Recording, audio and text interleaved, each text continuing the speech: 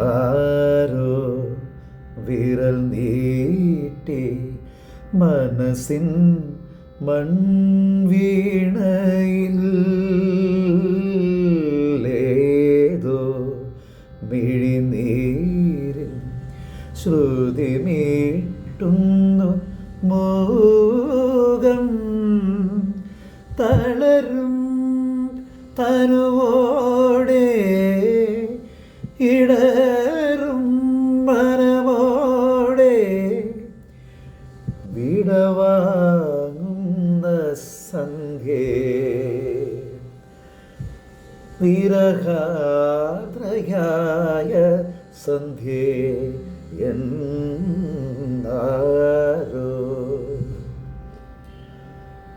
ഈ പാട്ട് നമ്മളിങ്ങനെ കേൾക്കാം അല്ലേ? നേരിസ നേരിസ ആരോ നിസരീസ രേമ. അപ്പം നമുക്ക് നോക്കാം അല്ലേ? നമ്മളെപ്പോഴും ഇങ്ങനെ കേട്ടുകൊണ്ടിരിക്കുന്ന പാട്ടാണ്. എപ്പോഴും കേട്ടുകൊണ്ടിരിക്കുന്ന ഒരു എന്താ പറയുക, ഒരു ട്യൂൺ അല്ലേ? നമ്മൾ പെട്ടെന്ന് എല്ലാവർക്കും മനസ്സിലാവുന്ന രീതിയിൽ പറഞ്ഞാൽ ഒരു ഈണം. ആ ഈണത്തിന് പല പാട്ടുകളായിട്ട് ബന്ധമുണ്ട്. കേൾക്കുന്ന പല മറ്റ് സംഗീത രൂപങ്ങളും ഒക്കെ ആയിട്ട് ബന്ധം ഉണ്ടെന്ന് പറയുമ്പോൾ അതൊന്ന് കണക്ട് ചെയ്യുക എന്നുള്ളതാണ്. അപ്പോൾ എന്താണ്? രാഗം തന്നെയാണ്. അപ്പോൾ ഈ പ്രണയവർണ്ണങ്ങൾ എന്ന ചിത്രത്തിലെ ഈ ഒരു മനോഹരമായ ഗാനം ചിട്ടപ്പെടുത്തിയിരിക്കുന്നത് ഏത് രാഗത്തിലാണ്? ഹംസനാദം എന്ന് പറയുന്ന രാഗത്തിലാണ് ഈ പാട്ട് ഉണ്ടാക്കിയിട്ടുള്ളത്. വളരെ മനോഹരമായ, എത്ര കേട്ടാലും മതിവരാത്ത ഒരു റൂട്ടാണ് അല്ലേ? രാഗസഞ്ചാരം. സ്വരങ്ങളിങ്ങനെ നമ്മൾ അങ്ങനെ പാടി പോകുമ്പോൾ നമുക്ക് വളരെ വല്ലാത്തൊരു അനുഭൂതി തരുന്നൊരു രാഗം. എല്ലാ രാഗങ്ങളും ഭംഗിയുള്ളതാണ്. അത് ചില രാഗങ്ങൾ നമുക്ക് വല്ലാതെ എന്താ പറയുക,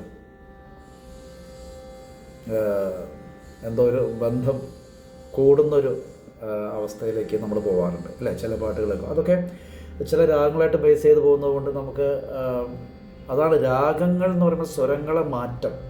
ഓരോ സ്വരങ്ങളും ഈ സപ്തസ്വരങ്ങളെ മാറ്റി വെച്ചുണ്ടാക്കുന്ന എന്താ പറയുക സഞ്ചാരമാണല്ലോ രാഗം അല്ലേ? അപ്പം ഇത് സരി സാരോ സരി മാ പനി സാ സാനി പമ രേ സാ. ഈ രാഗമാണ് ഹംസനാദം. സരിമ പനി സാനി പമ രേ സാ തന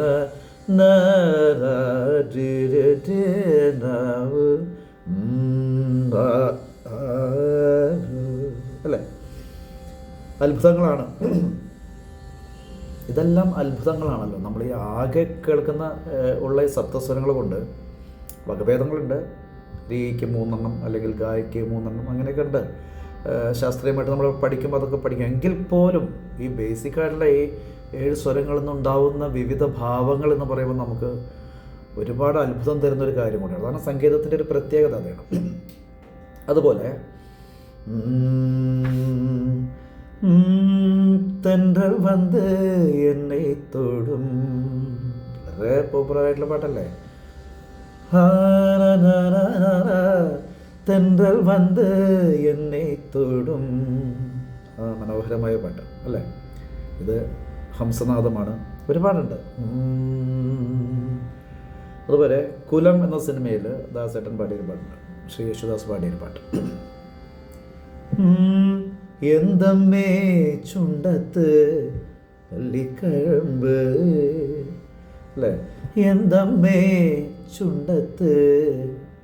അത് ഹംസനാദമാണ്. അപ്പം ഇതിൻ്റെ ആരോഹണ അവരോഹണങ്ങളൊന്നും പാടാം. നേരത്തെ പാടിയെങ്കിലും കൂടെ ഒന്നുകൂടെ പാടാം. സരി വലിയ റിയ, മാ വലിയ മധ്യമം, അതായത് പഞ്ചമത്തിൻ്റെ അടുത്ത് പോയി നിൽക്കണം. സരി മ എന്ന് പാടി അല്ല, സരി മ പാ നീ അതുപോലെ ടോപ്പിലെ സായിയുടെ ഏറ്റവും അടുത്ത് പോയി നിൽക്കുന്ന നിഷാദം, കാകളി നിഷാദം. ഇങ്ങനെ പാടിയാൽ കിട്ടുന്ന രാഗമാണ് ഏത്? ഹംസനാദം. സാനി പമ രേ സാ. അതുമാതിരി സൗഗന്ധികങ്ങളെ വിടരുവിൻ. ദാസേട്ടനും ജയേട്ടനും സോളോസ് പാടിയൊരു പാട്ടുണ്ട്, പോപ്പുലറാണ്.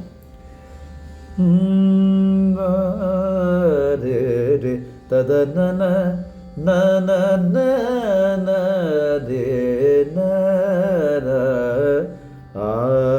അതുപോലെ രാഗം താനം സ്വരലയ സാന്ദ്രമം പല്ലവി അതൊക്കെ ഹംസനാദം. ഇപ്പോൾ നേരത്തെ നമ്മൾ പറഞ്ഞു ആരോ വിരൽ മീട്ടി. അതുമാതിരി ഇതിലൊരുപാട് പോപ്പുലറായിട്ടുള്ള കീർത്തനങ്ങളൊക്കെ ഉണ്ട്, വളരെ മനോഹരമാണ്. ഈ രാഗം നമ്മൾ 72 രാഗാസിൽ നമ്മുടെ എന്താണ് 59ാമത്തെ രാഗമുണ്ട്. അത് ശാസ്ത്രീയമായിട്ട് പഠിക്കുന്നവർക്ക് പെട്ടെന്ന് മനസ്സിലാവും. എങ്കിലും ഇത് നമ്മൾ ഈ ഹംസനാദം എന്ന് പറഞ്ഞതുകൊണ്ട് പറയുന്നതേ ഉള്ളൂ. 59ാമത്തെ രാഗമായ ധർമ്മവതിയിൽ നിന്നും ഉണ്ടായിട്ടുള്ള രാഗമാണ്. അതിൽ സ്വരങ്ങളെടുത്ത് അല്ലെങ്കിൽ സാമ്യത വെച്ചിട്ട് ആണ് നമ്മൾ ഓരോ 72 രാഗാസും നമ്മൾ ഓരോ രാഗങ്ങളുണ്ടാവുന്നത്. അങ്ങനെയാണ്. അപ്പോൾ ധർമ്മവതിയിലെ ഉണ്ടായിട്ടുള്ള ധർമ്മവതിയിൽ നിന്ന് ജനിച്ച രാഗം ജനിരാഗം എന്നാണ് ഇതിന് പറയാം. ഇത് നീതിമതി 60ാമത്തെ രാഗം നീതിമതിയിൽ നിന്ന് ഉണ്ടായിട്ടുള്ളതായിട്ടും പറയപ്പെടുന്നെങ്കിലും ഓൾമോസ്റ്റ് നമ്മൾ ധർമ്മവതിയിൽ നിന്ന് തന്നെയാണ് ഉണ്ടായിട്ടുള്ളത് തന്നെയാണ് പറയപ്പെടുന്നത്. പാടുമ്പോഴും നമുക്ക് ഓൾമോസ്റ്റ് അങ്ങനെയാണ് വരുന്നത്. എങ്കിൽ പോലും ഇപ്പോൾ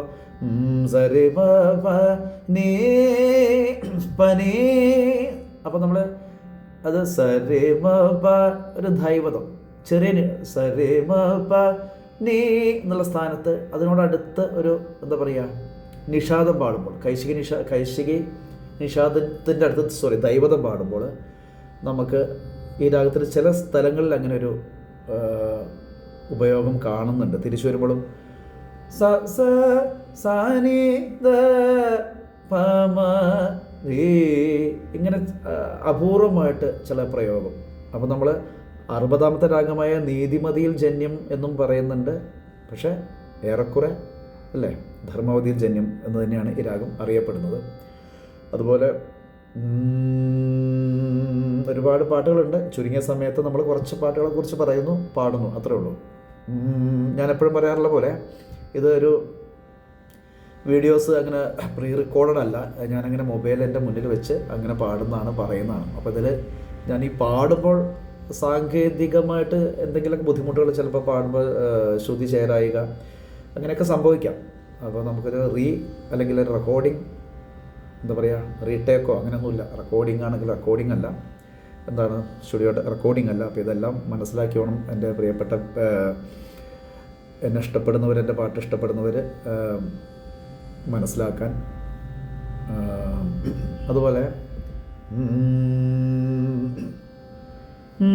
ഒരു കീർത്തനം ഉണ്ടല്ലോ,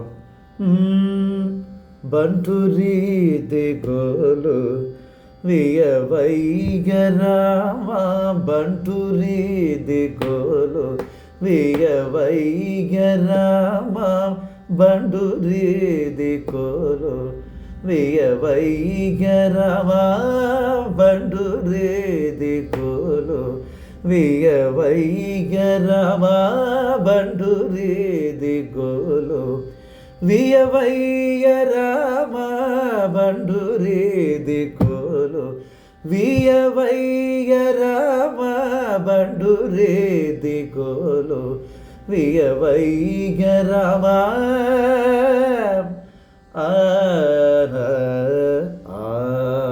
സരിമ പനി സരി പമ രേ സാ. ഇന്നത്തെ ഈ രാഗ ആൻഡ് സോങ്സ് എന്നുള്ള ടിപ്പ്, ചെറിയൊരു ടിപ്പ് ഇന്നത്തോടുകൂടി തീരുന്നു. ഇതോടുകൂടി ഈ ഒരു എപ്പിസോഡ് തീരുന്നു. അടുത്ത ആഴ്ച നമുക്ക് വേറൊരു രാഗമായിട്ട് വരാം, അതുമായിട്ട് ബന്ധപ്പെട്ട പാട്ടുകളായിട്ട് വരാം. എല്ലാവർക്കും നന്ദി, നമസ്കാരം.